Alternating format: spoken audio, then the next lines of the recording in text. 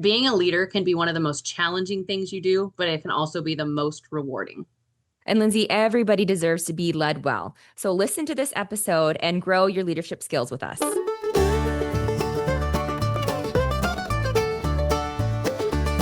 Hi, everybody. Welcome back to another episode of Why You Worried About It. I am Lindsay Bush, HR Director with Country Crossroads Counseling.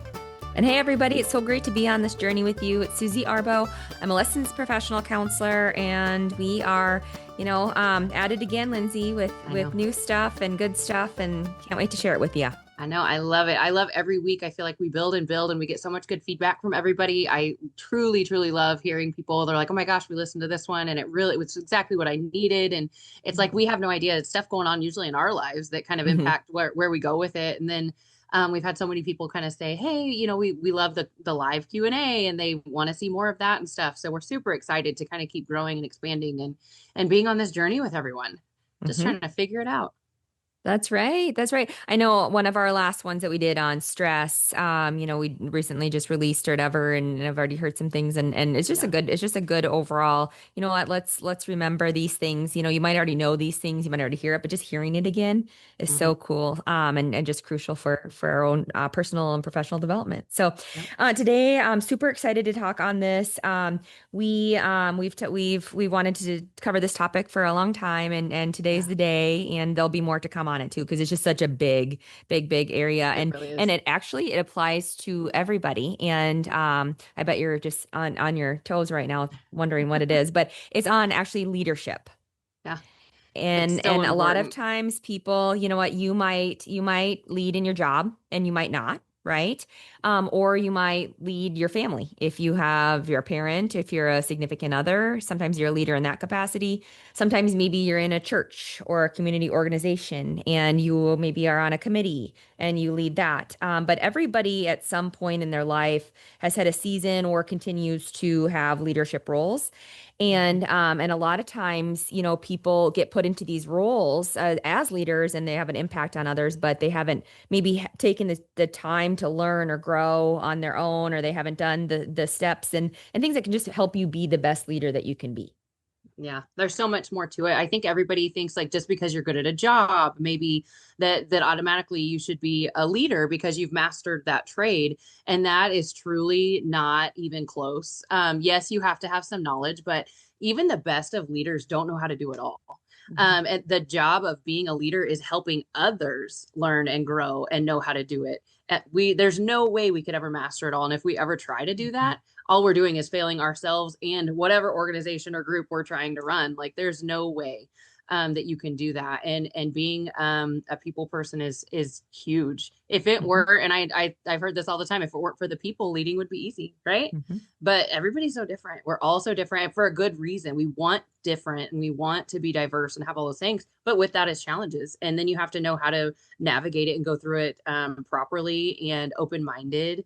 There's just so many things when you have a rigid leader, and I'm sure we've all had one out there where they think they know it all, they know it better, they know it best. How happy are you really in your job?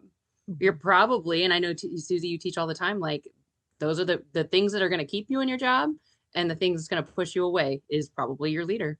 Mhm. And it's up to how they do. I truly believe that. Yep. Yep, absolutely. And if you think back in life, and no matter how old you are, no matter how many different life experiences you have, you can probably think of somebody that led poorly, Hmm. right? That maybe was just a terrible boss, that just, maybe they didn't listen, or maybe they yelled, or maybe they threw you under the bus, or a passive aggressive. And we can all think back to those things. And I tell people all the time, you know what? You can still learn from those people, right? Like I remember having a terrible boss, and I just remember Absolutely. thinking, I never want to lead like her. I want to lead with my Yep. heart. I want to make people feel valued and supported and cared for, and that they are, here for a reason, that I want it to be one of the best times of their life, when they work with us. And so we can learn from the bad leaders. We can also learn from the good leaders. I mean, if you Hmm. think back in your past and think about like somebody that just uplifted you and inspired you and encouraged you for more, or just better even, and you learned and you grew, like what a cool thing. And so right now, thinking of those, the terrible leader and then the amazing leader, and then I want you to think about, you are impacting other people every single day when you lead.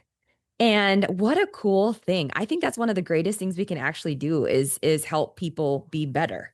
Hmm. And I get really excited and fired up when I talk about it because I just feel like someday maybe somebody will be sitting listening to something on leadership and say, "Oh, I remember Lindsay. Yep. She was a great leader. She was always positive. She encouraged me. She helped me, and I think we all have that opportunity every day to make Hmm. people better and to help them. Yep. And being a good leader is not being perfect ever because Hmm. no person is. It's about being vulnerable and being real. And Yeah. the more real we are and we own our mistakes and we say, "Hey, I did not do this well." Mm-mm. And but here's what we can do better next time. Here's what I'm going to try, or this is what I'm going to get better at. Yeah, being transparent 1,000%. I think that is really, really helpful. And I have more respect for somebody that says, I don't know it all, but let's figure it out together, or let's provide you with what you need to do that.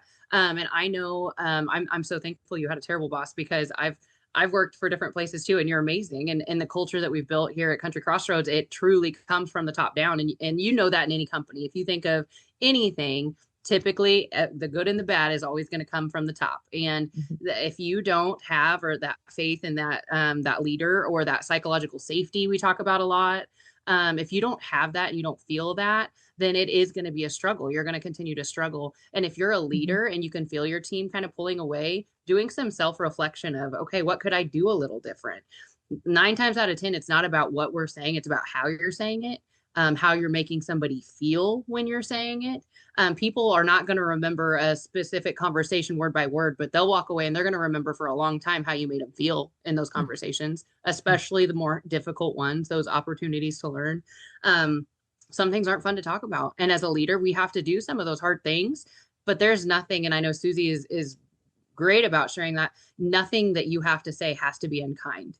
There are so many ways that you can have difficult conversations, hard conversations, developmental conversations, and still be nice, still be open to having that collaboration with them. You let people buy into what they're doing, they're going to give you even more than they ever could if you're going to point your finger and tell them what to do.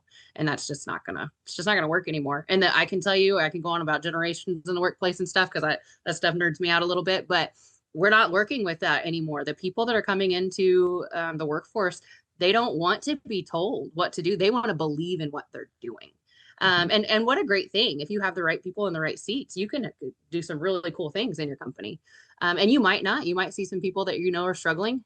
Help them figure it out. Find what they want to do. Hmm. Yep, yep. And the old style of leadership was, the command and control, the Hmm. dictatorship. The person on top makes all the calls. They look down, they micromanage, and they tell you, Yep. this is what needs to be done. This is how it needs to be done, and no other, things.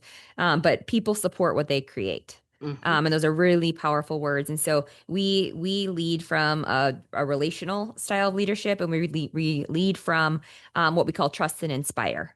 So Hmm. we're going to trust in you, right? And we're going to spend time coaching you and we're going to develop you into whoever you are meant to be or whatnot. We want you to have the tools. We started a call to lead program within our company where it's for emerging leaders that we see the value in them. We want them to be a bigger piece of the puzzle and to help us lead well. Hmm. And Craig Groeschel, I look up to him so much. He's a guru in the leadership field. And one of the things that, people always say, well, how do you find good leaders? And he says, you don't find good leaders, you make good leaders, right? You spend time with them and you invest them.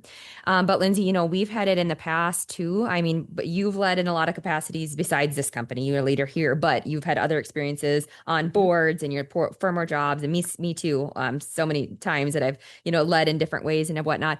And sometimes we get to the spot where we believe in something that somebody can do, but maybe they're not in a season of their life where they maybe want Hmm. that, or maybe we promote them because they're a seniority in the company, but maybe they're not necessarily the right. We're having, big discussions just about having the right people in the right seats. And so knowing that, and sometimes you don't know until because Yeah. you spend time coaching, you spend time and they're not ready or they're Hmm. they're just not there, Yep. and so being a good leader too sometimes is looking at that saying, okay, you know what? that there needs to be some change, good change. And I think that's really positive. And I love your thing that you always talk about, Lindsay, with values. When Mhm. you can you talk about that for a minute? Oh, for sure. I'm a big believer that your values are exactly what, and I've talked about the energy bus before, but people, if they believe in what you're doing and they see your values, it's not just something that's printed on the wall and everybody walks past every day, but nobody actually lives it or sees it. People they're not stupid. If you're talking about it and you expect them to buy into the values and what your company believes, but you're not leading with those values, they're not going to do that. It's just like anything, any relationship. You can preach that you want respect from somebody, but if they're not respecting you back, are you going to give it to them? Probably not. Not in the capacity that you could. So I'm a big believer that believe in your values. And maybe you're running a company and you're like, you know what? We know our values. Like everybody can spout them off, but nobody's living them. Maybe it's time to look at it. Like Hmm. let's create it together. Do a brainstorm. If it's too big of a thing, maybe your department can have your own values. Maybe you work for a bigger company and there's a bigger, broader statement for the whole place. That's great. But for your work team, what do you want? And then make it relatable and something that you guys can build together. And the more buy-in you have from your people, whether it's your coworkers or people that work under you, the more buy-in you have, the more cohesive environment you're going to create. And people are going to believe and stand by those values because they're bought into it. They've helped create that. And you do. I know I feel much more if my name's tied to something or if I'm helping or doing something, I'm definitely going to take it more serious than if somebody else is telling me what to do. I Hmm. mean, I think it's human nature. Yeah. Yep. Yep. For sure. For sure. I think I shared this story with you, Lindsay, but one day I was out talking about leadership and I had a guy that came up to me afterwards and, and we talked about the trust and inspire style of like leadership and how that's kind of taking the world by storm right now. Hmm. And he had said the minute I hire somebody and the minute they come in, whatever, the first thing I say to them is, I'm not here to be your friend.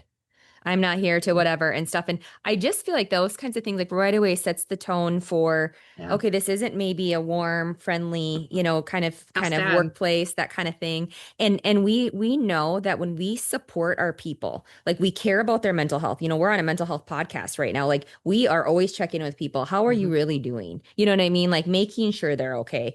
And making sure that they have resources if they're needing additional things. Are they needing counseling themselves or needing something, we're kind of on that. And you've got to nowadays in this age as of leadership, you have got to care about your people's Hmm. socio-emotional and mental health. You can't just leave it at the door, say, suck The it whole up, come person. here and do your job. You've got to care about it all the whole Yep. person. Yep. Yep. And there's ways to do that in a respectful way. I mean, I work at HR, so I get it. Like we don't need to dive into everybody's deepest, darkest secrets, but just having those serious one-on-one eye contact, meet people in person if you can. Like Hmm. we love virtual. Obviously, it's so easy in the world we live in, but there's really truly something about feeling somebody's energy. You can Hmm. tell when somebody's off. You can tell when there's things going on. And if you say, "Oh, I shot them an email last week and checked on them. They sounded fine." Okay, but do you really know? Like Hmm. anybody can chat GPT a response if I'm about to pop off and ready to quit, but I'm like, oh, I can't do that today, so I'm gonna pretend everything's fine or Hmm.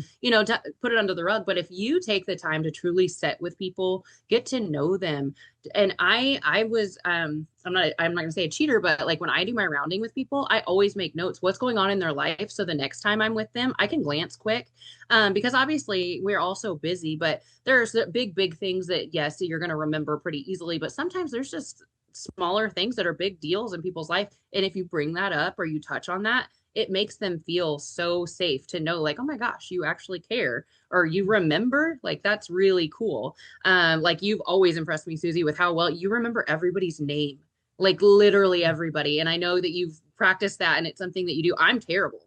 And then when I meet people and I maybe remember their name, but then I'm like, oh, I can't remember their husband's name or whatever. It's like it's so hard. But those little things, when Hmm. you make it a point to make those connections and really show people that you care, it goes so much farther than what you think. Hmm. Yep. Yep. Absolutely. And John Maxwell always says that there's nothing sweeter than somebody's name. Mm-hmm. So always remembering it and then saying their name out loud to them. And Mm-hmm. that just means a lot to a lot of people. So, well, we always like to do a little bit of like a call to action on the show. And, today with our topic being leadership, we believe that everybody deserves to be led well and not everybody's leadership style is the same. They lead from their own different life experiences. My thing that I always do, and I've made a million mistakes in my leadership, but every time I have that is a growing, learning opportunity to say, Susie, get better. Your people Yep. deserve better and that kind of thing and stuff. And so using those, but your call to action is going to be, what are you doing to develop yourself in your wearing your leadership hat, whether it be a parent, whether it be maybe you're a teacher and you lead a classroom, maybe you're a nurse and you're leading that session, the person, the client coming in or the patient coming in, and whatnot. What are you going to do to grow those skills and to be the best leader that you can be so that someday somebody looks back and says, wow, that person made an impact on me for the better, right? So I have a little thing that I do, and you guys probably already know this, but I do at least 20 minutes of personal or professional development a day at least. And that's just the thing. And some days, if it's crazy, maybe I don't get to it. But on the weekends, then I'm going to do maybe 40 minutes or whatnot. But I want to continue to grow, whether it's through podcasts, workbooks, mentorship, business coaching, lot books. I mean, that you name it, trainings. There's lots of ways, and just a little bit of an investment. You'll never regret that. No. And my challenge that I'm going to give people, and this is something I've went back to several times. I used to work with a manager, and the second I heard, she was a peer, we were all managers. The second I heard her say that I just don't like people, I was like, what are you doing? Why are you in this role? Because you're never going to succeed. If you are looking at your people as a hindrance or as something that you're never going to get by, or somebody you Mhm. just can't stand, you're setting yourself up for failure in that. So find those people that maybe are a little more challenging, and that's okay. You want different personalities, but what can Mhm. you do to make it better? And I would challenge you to do some internal search too, and change your mindset with them. Look through their lens, maybe what's going on, because usually there's so much more to people. Nobody just wants to come and wreak havoc when they're going to Mhm. work. Like, we all have to be here. Let's be real about it, and let's have some of those conversations, and definitely just invest in your people, and don't be afraid. Don't be afraid of those uncomfortable conversations, because I guarantee if you're uncomfortable, they're probably way more uncomfortable. And that's what I Yeah. always tell myself that gets me through those. Like, we're going to get through this together. Like, we're Mhm. going to figure it out. Yep, yep. And developmental conversations are where it's at. So they're Hmm. they're they're amazing in coaching. So okay, we're gonna leave you on this. Okay. There's two ways you can be as a leader. One is transactional and one is transformational. And if you are a transactional leader, what that means is just kind of like you described, Lindsay, that you're just somebody shows up to do a service and you're kind of a number and your productivity basically for them, right? And then that's how you treat people. Okay. If you're a transformational leader, which if you're listening to this, I already know you are because Hmm. you're growing and you're investing in yourself. But a transformational leader is somebody that believes in the best, wants people to do their best, dream, accomplish their goals, set goals, and be the best that they can be, the best version of themselves. And so, keep being that transformational leader, and you'll never regret that. So Hmm. we're so happy to be on this journey with you guys, and something you should worry about is growing as a leader. I think so. Absolutely. Yep, that's great. Thank you guys so much for listening. Definitely follow us on Facebook, Country Crossroads Counseling. That's where we have all of our events, all of our lives when we go live. We share our podcasts. We appreciate a like, a share, a subscribe. You're not only helping yourself, but you are showing others as well. Just this journey is so important, and mental health is so important to us. So definitely follow us, and then check out our website, Country Crossroads